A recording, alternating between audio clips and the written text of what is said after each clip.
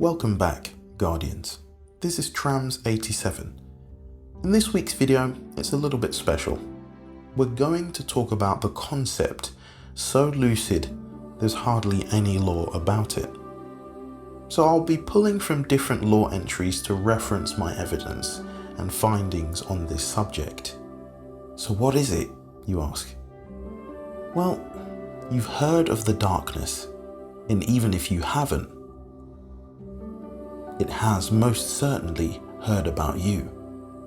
How you stood your ground at Twilight Gap against the fallen, or rescued both the Traveler and humanity from Dominus Gaul and the Cabal Empire, or showed Prince Aldrin the door to another plane of existence, so to speak. Yes, the darkness is bent on knowing all about you and offering you a new way, an evolved way. After all, their very nature is the way of the deep. Everything must be tested, sharpened, and tempered, perfected until only one stands, surrounded in eternal darkness, where there is life and not death. Because of the darkness, their way is that of the deep.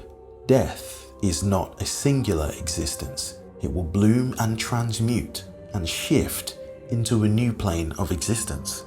Have a listen to the lore entry Ruinous Effify, and it reads, "That's not right." Banshee 44 taps the specular analyzer against the effigy's frame. Commander Zavala turns, closes the lid on a small golden weapon case, and walks to Banshee's side. "What have you found?" "Well, it's not petrified wood, but it's organic."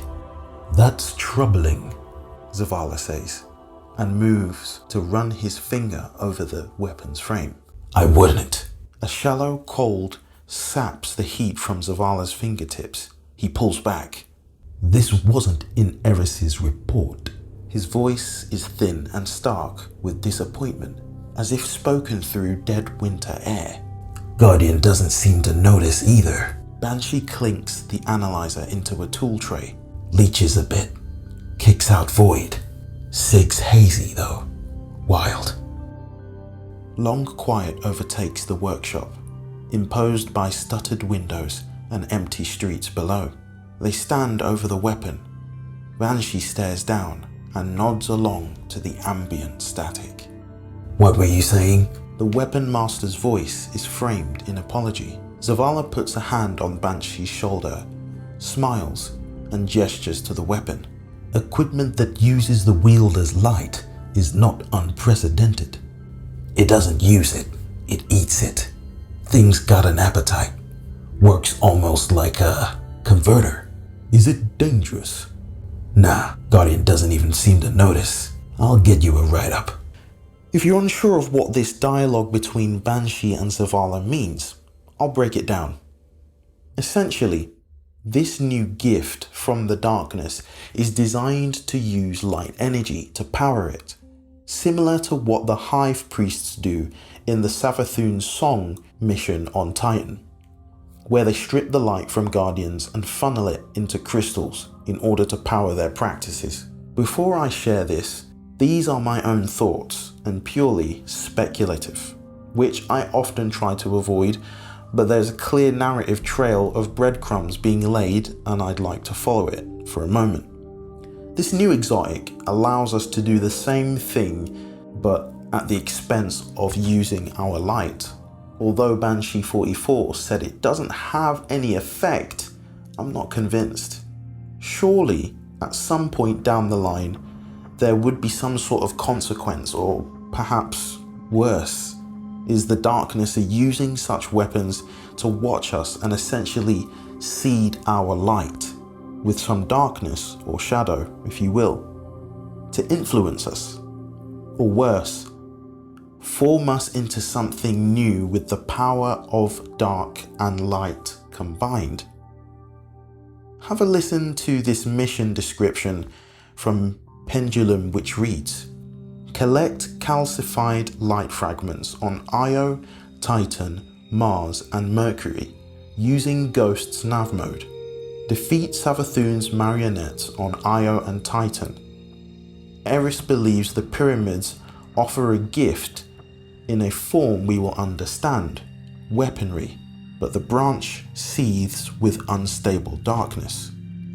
Eris Morn states, "Hidden chatters tell of ancient light bubbling to the surface, coaxed forth by the pyramid's reshaping of our worlds. Furthermore, Savathun's scouts chase the pyramids like hungry dogs. She chains their will with ritual and spellcraft. Destroy them. Let the branch consume the marionettes, bound essence, and stabilize it by consuming calcified fragments. My incantations will coup Savathun's binding ritual and link the pyramid's gift to you."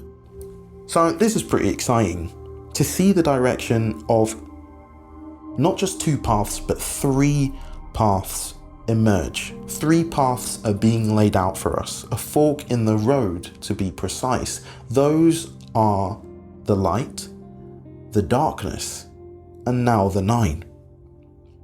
The most common thread is the power.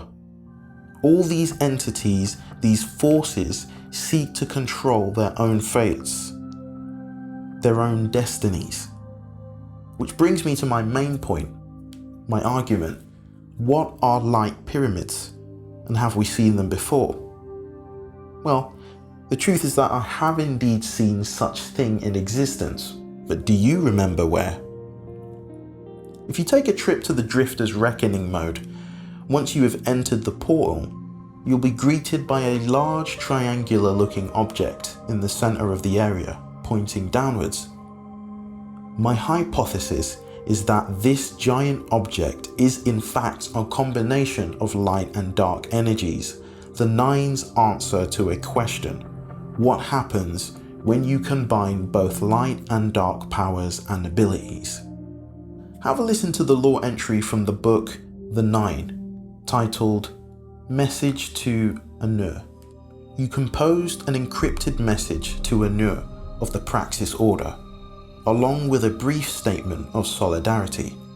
And message.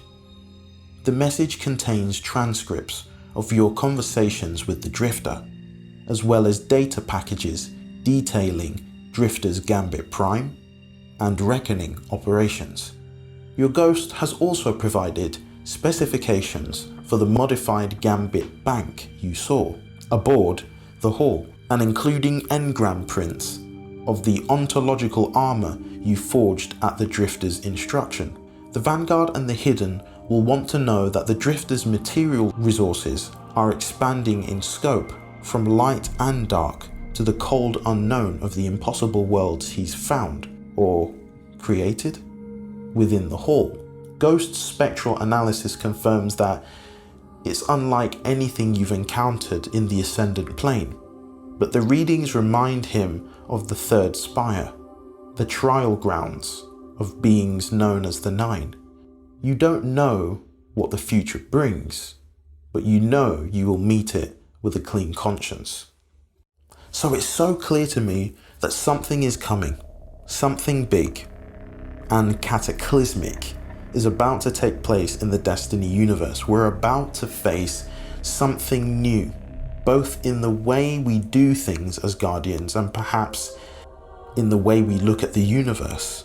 After all, the 9 exists at the edges of the Sol Galaxy, and it's yet to be seen the significance of this. Our solar system is a big one, and there are thousands of planets, moons, stars to be explored. Bungie spent years world building Destiny, so it wouldn't surprise me if we find ourselves on other planets like Europa, Pluto, Venus, Bennu, Eros, Ceres, Vesta, and eventually Jupiter and beyond. So the future is bright, and we're honestly just getting started. Well, I hope that you've enjoyed this video. If you have, go ahead and leave a like. And if you'd enjoy checking out more lore videos like this one, feel free to subscribe and maybe even hit the bell notification so you know when I upload new videos. Know that I do appreciate each and every one of you that stops by to listen to my lore ramblings. And you being here is more than a blessing. But for now, that's going to be it. Stay safe and Godspeed.